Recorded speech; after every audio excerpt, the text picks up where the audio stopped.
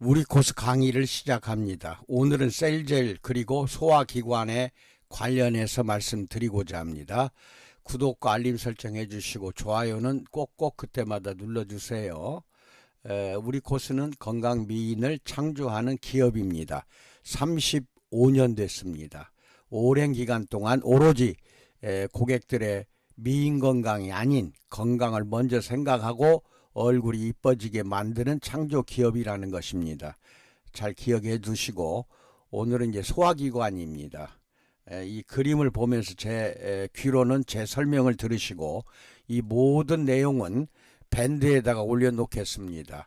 PPTX라고 써진 파일은 여러분이 드래그 복사해서 옮겨다가 쓰실 수가 있고 PDF라는 파일은 바로 인쇄해서 쓸 수 있게 해 놓았습니다. 그렇게 하시고 설명을 좀 듣기 바랍니다. 소화기관입니다. 집에 배수구가 없다면 어떻게 될까요? 배수구로 참 많은 것이 흘러나가죠. 배설물, 휴지, 음식 찌꺼기, 비누거품, 치약, 바닷가에서 묻혀온 모래까지, 바퀴벌레 그리고 운이 없으면 결혼반지까지도 배수구로 흘러나갑니다. 건물에서 배관 시스템은 아주 중요합니다. 생활에 불필요한 것들을 적절한 처리 시설이 있는 곳으로 흘러보내기 때문입니다.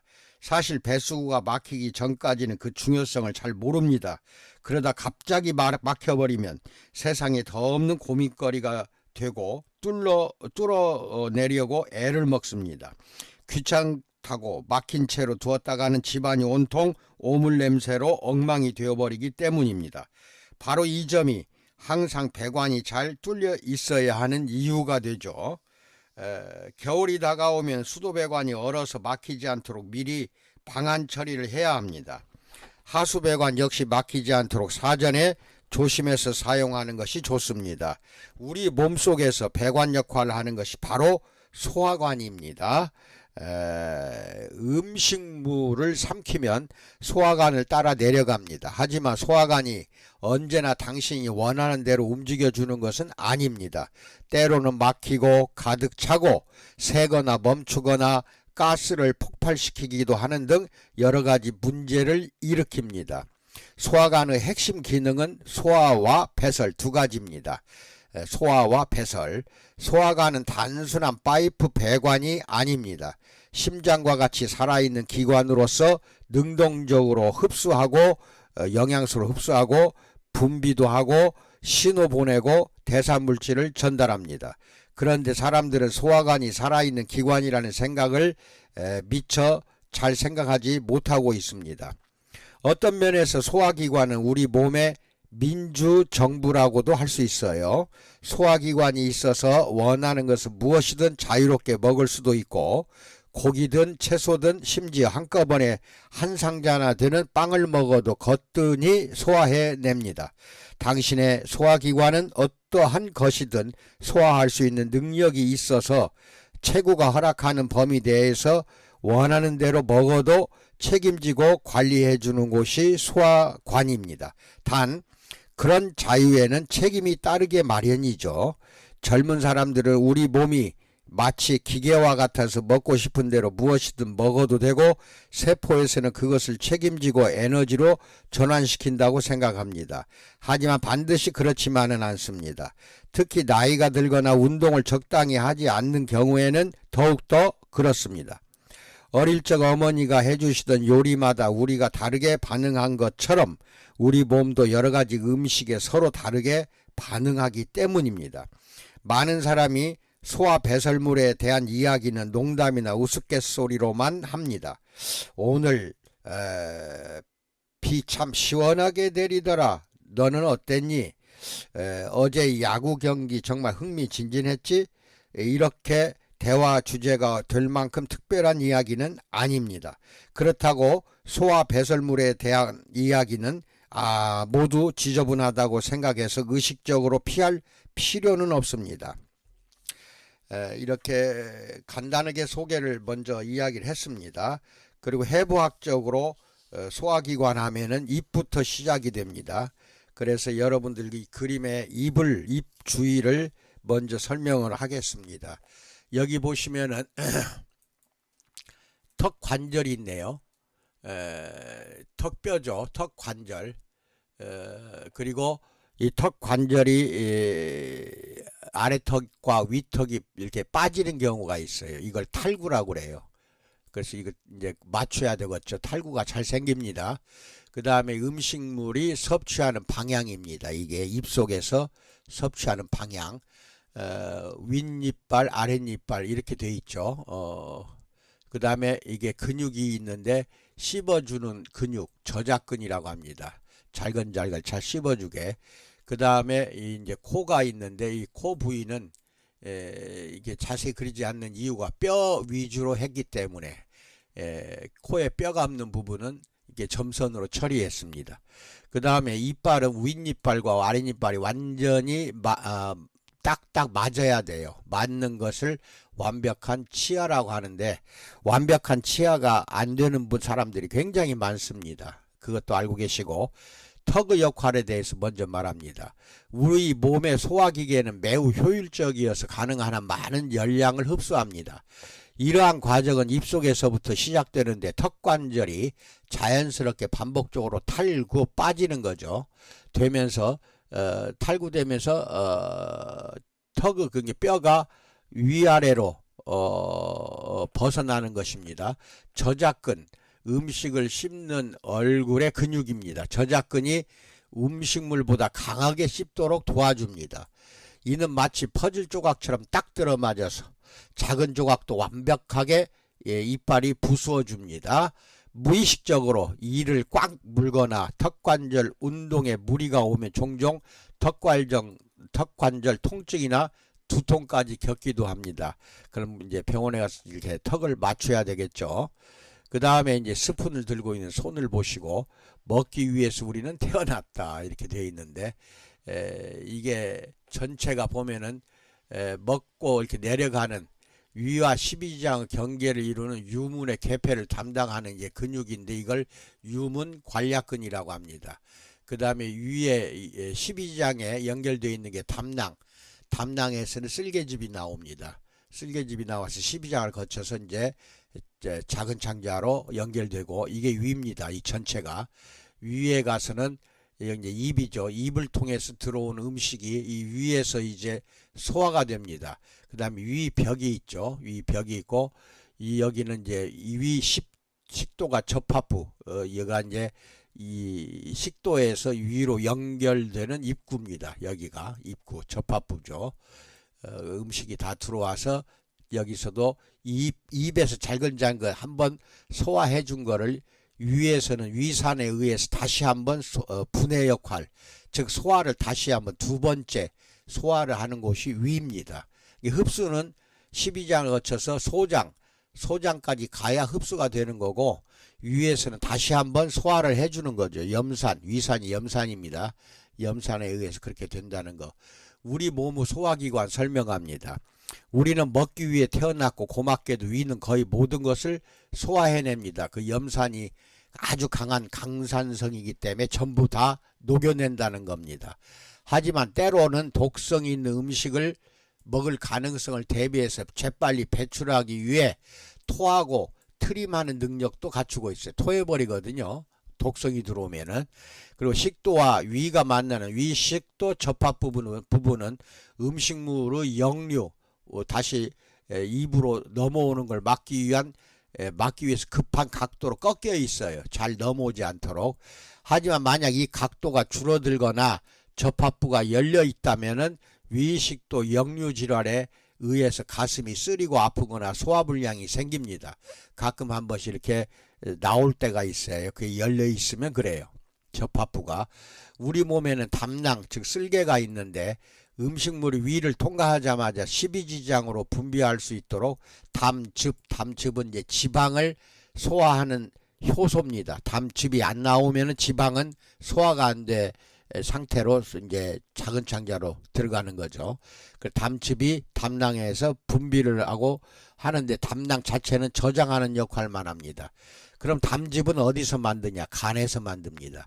간에서 만든 거를 담낭이 보관하고 있다가 담낭이 쓸개예요. 쓸개에서 보관하고 있다가 12지장으로 이렇게 분비합니다. 그러면 이제 음식물이 위에서 나온 음식물이 12장을 거쳐 나갈 때 담낭에서 쓸개즙이 여기에서 나오는 겁니다. 그래서 이제 지방이 소화가 되도록 해주는 거죠. 그리고 이제 저장된 담즙이 굳으면 담석이 생겨요. 굉장히 심한 고통을 겪습니다. 돌이 생긴다는 거죠. 그 다음에 이제 이 대장으로 이어지는데 이 개실이라는 게 있네. 군데군데 설명합니다. 이 개실이라는 거는 이 소화기관 내벽이죠. 이게 내벽. 이 내벽이 노화가 되거나 말하자면은 근육인데 이게 잘 노화가 되면서 퇴화가 돼요. 그러면은 근육이 부실해져 가지고 밖으로 이렇게 혹이 나와요. 밖으로 이렇게 혹이 나오는데 이 개실이라고 하는데, 이 개실은 문제가 될 건 별로 없는데 만약 이 안에 뭔가 음식물이 들어가서 염증을 일으키면은 이때는 내과적인 치료가 안 되면은 수술해서 이 개실을 떼어내야 됩니다. 주로 노화된 상태, 나이 들은 사람들이 개실이 많이 생겨요. 이게 장 외부에 생깁니다. 장 외부에, 대장. 그 다음에 이제 섬유질이 이렇게 들어가면은 섬유질은 소화가 안 됩니다. 이게 대장을 통과해서 직장으로 넘어가요. 직장은 이제 항문과 연결되어서 대변을 고여있게 하는 것이고, 이게 이제 모두 다 항문으로 해서 밖으로 빠져나갑니다. 빠져나가는 거 이것도 잘 알고 계시고, 치질이 생기는 경우는 이제 이 밖에 생기는 경우가 안에 생기는 경우가 있어요. 이거는 정맥 핏줄이 뭉쳐서 생기는 것이 치질이지 혹이 아닙니다. 우리 몸에 있는 정맥 핏줄이 늘어나서 뭉쳐 있는 상태, 이게 치질이에요. 심하면 이제 피가 흐르고 그런 형태가 나타나는데 셀젤로 해결됩니다. 아침 저녁으로 치질에다가 잘 발라주시고, 그 다음에 변비도 이 안에서 직장에 대변이 굳어가지고 나오지 않는 상태인데 셀젤로 집어넣어 주세요. 아침마다 저기 화장실에 가서 집어넣어 주시면 됩니다. 셀젤을 집어넣어 주시되, 이 집어넣은 거 상태에서 한 1, 2분 있으면 쏟아냅니다. 쏟아내면 다시 한번 아침마다 넣어주세요. 셀젤을 넣어주시고, 이렇게 하루에 한 번씩 화장실에 가서 아침에 2번을 넣어주시는 겁니다. 셀젤을 쏟아내고 또 넣어주세요. 그러면 한 달 이상 그렇게 하면은 효과 있게 해결이 됩니다. 장의 맨 끝부분인데 섬유질을 충분히 섭취하면 자연스럽게 변은 대장에서 이동하여 항문 근처에 있는 직장에 모였다가 항문으로 배출이 됩니다. 이게 섬유질이 많은 것을 먹을수록 변비에 잘 안 걸려요. 배변이 잘 되거든요. 배출된 변이 변기에 떨어지면 바나나 모양의 형태를 그대로 유지하는데, 변비나 설사 등 장 건강에 문제가 있으면 이 변의 모양이 흐트러지고 또 대변이 딱딱해져 치질이 생기고, 치질로 인해 혈관에 상처가 나서 출혈이나 통증을 일으킬 수가 있다. 셀젤 바르세요. 그 다음에 섬유질이나 물 섭취가 부족하면 위장에 개실이 만들어질 위험도 높아진다. 나이 들어서 노화되면은 개실은 많이 생겨요. 자, 그 다음에 이제 이 부분을 설명을 합니다. 이게 뭐냐면은 이제 이인데, 이빨을 잘 보세요. 닦는 거. 이건 치실이죠. 치실로 이빨 사이사이 끼어 있는 걸 빼내는 거. 이거 해 주셔야 돼요. 치실을 쓰든지 일자형 치간 칫솔이 있어요. 치간 칫솔을 사용해서라도 식후에는 꼭 이렇게 이빨 사이사이 벌어진 틈에 모여 있는 음식 찌꺼기를 빼내고 양치질 하시기 바랍니다. 양치질로는 다 나오질 않거든요. 이렇게 양치질을 하는데, 이 닦는 요령이 옛날에는 333이었어요. 이게 뭔 말이냐? 아침, 식후, 점심 또 저녁, 그렇게 해서 3분 안에 3번을 하고 3분 동안 양치질하고, 이걸 하루 3번 하라는 겁니다. 이게 식후 3분 안에 3분간 양치질을 하는데 하루 3번 하라. 여러분들 요령은 잘 아셔야 돼요. 식전에 하시는 분이 지금도 있는데 이거 잘못된 겁니다. 음식 먹고 난 다음에 양치질 해야 돼요. 그 다음에 두 번째 이렇게 바뀌었어요. 또 한때는 이렇게 바뀌었는데 식후 3분 안에 하루 3분씩 문질러 주시고 양치질 3분씩 해주시고 저녁에 잘 때 한 번 더 해서 4번 하라는 겁니다. 334로 바뀌었다가 최근에는 이게 다 없어지고 1, 2, 3, 8 외세요. 식후 1분 안에 하라는 겁니다. 식후 1분 안에 2분 동안만 양치질 하시고 하루 3번 하라는 겁니다. 식후 3번 하루에. 그 다음에 이 8은 뭐냐, 양치질이 끝나고 나서 헹궈서 내는 것을 8번 하라는 겁니다. 맑은 물로 입안에 있는 것을 헹궈내는 것, 가글을 8번 해주시라. 할 때마다 8번. 그래서 입속에 혹여나 있는 음식 찌꺼기나 더러운 세균을 밖으로 뱉어내라는 뜻인데, 최근에는 1, 2, 3, 8로 바뀌었다는 것도 알고 계시기 바랍니다. 여기까지 말씀을 드렸습니다. 그리고 치통이 생기면 셀제를 티슈나 솜에다가 적셔서 입안에 집어넣고 물고 있으세요. 딱 셀제를 물고 있고 입 딱 다물고 있으세요. 그럼 2, 3분 지나면 침이 많이 고입니다. 그때 2, 3분 후에 뱉어내시고 맑은 물로 가글가글 헹궈내시면 깨끗하게 치통이 없어집니다. 셀젤이 아주 통짜 붙은 데는 다 사용하세요. 통통통통. 그때는 다 셀젤입니다. 그렇게 해서 사용하시고, 그리고 이제 이렇게까지 이제 말씀을 드렸는데, 여러분들이 소화기관이 어떻다는 거 간단하게 일단은 이야기를 했어요. 원래는 이제 제대로 배워야 되는데, 우리가 지금 저희 회사가 인천에서 대체의학을 가르치고 있습니다. 석박사 과정 정식으로 LA에 있는 대학교에 학위를 취득하는 겁니다. 석박사 과정 2년 8학기 하고 있어요. 저한테 전화 주셔서 신입생으로 속히 등록하시면 인체구조학도 제대로 배웁니다. 여러 가지 배워요. 여러 가지 배우는데 오는 화요일날, 다음 주 화요일날, 오늘이 10월 12일이죠. 그렇다면 10월 19일이네요. 10월 19일에는 또 약용식물학 과정에서 실기 시간으로 공진단을 같이 만들려고 합니다. 공진단 이런 거 다 만드는 거 다 배우니까 오셔서 가입 신청, 등록 신청을 하시기 바랍니다. 자세한 건 저한테 전화 주시면 됩니다. 코로나 예방 잘하시고 건강하시기 바랍니다. 업소 번창하세요. 감사합니다.